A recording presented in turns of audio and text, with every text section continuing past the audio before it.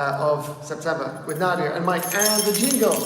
Great, lots of great readings today, and it's also it's a special celebration day, right? You said you were gonna find something out about this Wilson guy. Yeah, because we sometimes get those commemorations, and today is Wilson Carlisle, so I managed to just quickly look up something on him, and I thought it was really interesting. So he was, I think, the eldest out of 12 children from a middle-class family, not connected with church really, and then when he was about 18, he joined his grandfather's business firm, and he was a young, successful businessman. But then an economic depression began, and then he lost everything he'd carefully worked on. Right. And then that led to mental strain and physical strain, and so then during that hard period, he was in bed apparently, and then he had a vision of Jesus. Oh wow! Yeah, and actually, so this is what it said. These are his words. So I have seen the crucified and risen Lord, as truly as if he had made himself visible to my bodily sight. That is for me the conclusive evidence of his existence. He touched my heart, and all desires and hopes left it. In their place came the new thought that I might serve him and his poor and suffering brethren. Wow. And after that, so he still went back to work in his father's firm. His real interest was in religious work, and then so he did a lot on that.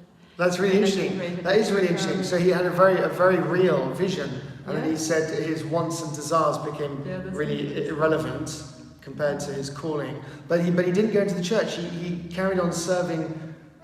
But working in business. He combined both, and then that's very interesting. He became more and more involved because he was a musician. It's very interesting because actually the Church of England has that position quite clear. You think there are priests and bishops, but actually they train a lot of clergy people that don't become priests and bishops, but actually just carry on functioning in their lives, and they can be called upon to help. I mean, classically, doctors, it's very useful for a doctor. It is also a trained priest because they may not have a priest in a hospital and he may need to do the last rites or something like that. So actually that's a particular combination where being a medic and a priest, or having a priest training, I think I should say, because there are certain levels in this way. But it's very interesting that he was like that. Great. And Ecclesiasticus, amazing. Vera I very much love this reading today. Foundation of wisdom is recognizing Lord and his being omnipotent. It is beautiful, isn't it? That second chunk with the fear of the Lord is the beginning of wisdom, and then it's the fullness of wisdom, then it is the crown of wisdom, and then it is the root of wisdom. Isn't that great?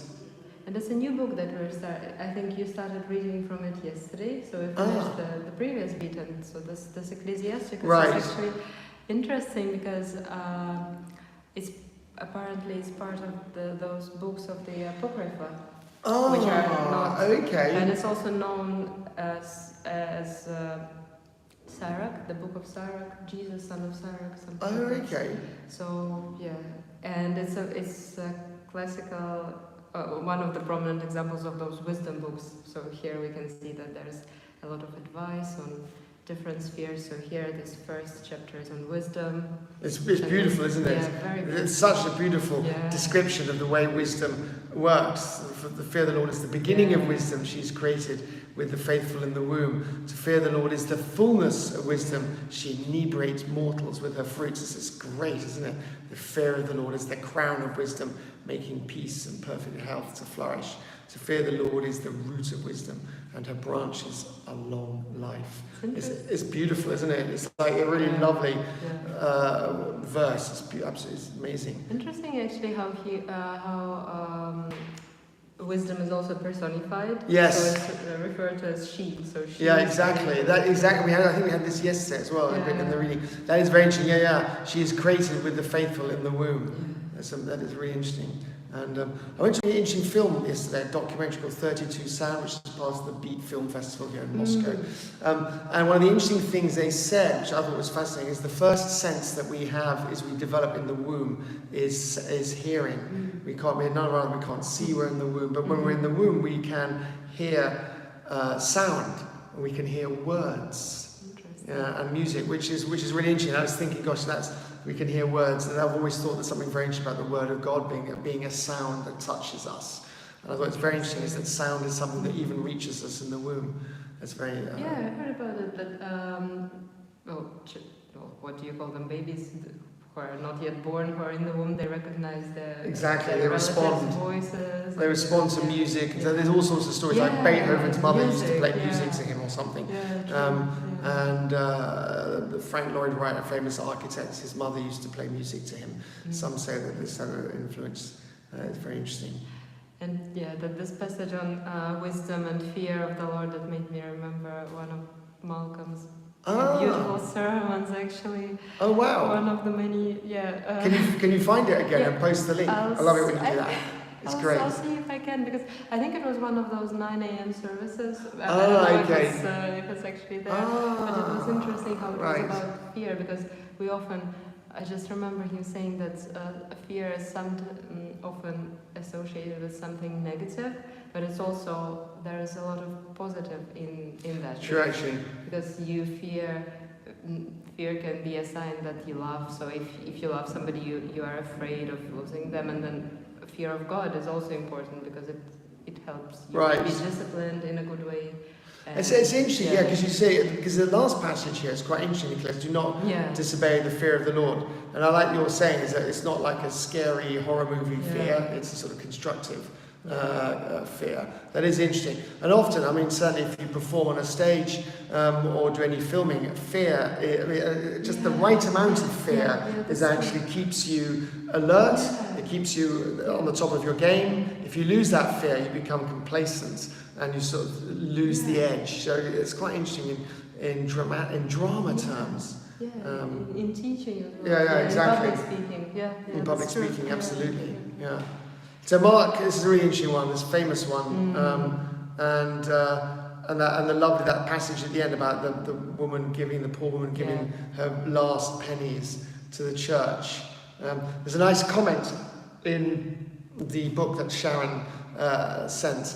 There's a mime, a sort of a jokey mime, I think, on YouTube about a guy who the plate is sent to, the collection plate is sent down through the church. During the service, he puts some money in, but the plate comes back to him, so he puts more money in his credit cards. Then the plate comes back to him, so he puts in his car keys, then his house. He puts everything in, and then eventually he understands, and he actually climbs himself onto the plate and gives himself, which is seen as a sort of a funny joke. But actually, there's a very interesting point in the comment, is actually she's given everything, and actually it's not just about the monetary worth and the proportion of what she gives to her total wealth, but actually it's about she's given everything. She's given herself, because now she's got nothing else to live on really, except her faith and love of Christ, which is interesting. And there's also a good point again that reminds me of what Malcolm said about not comparing yourself to others and not looking. So when you do something like this, so you should look at yourself, what you're doing, because if we compare how much different people give, they all have a different income, and it leads to no good. So. Yeah. That's great. It's a great passage, famous passage. Anyway, great. Good. More to follow. Great. Thank you very much for watching, and we'll be back sometime later in the week. So I hope to see you all soon. Have a great Tuesday and wonderful rest of the week. Bye. Bye.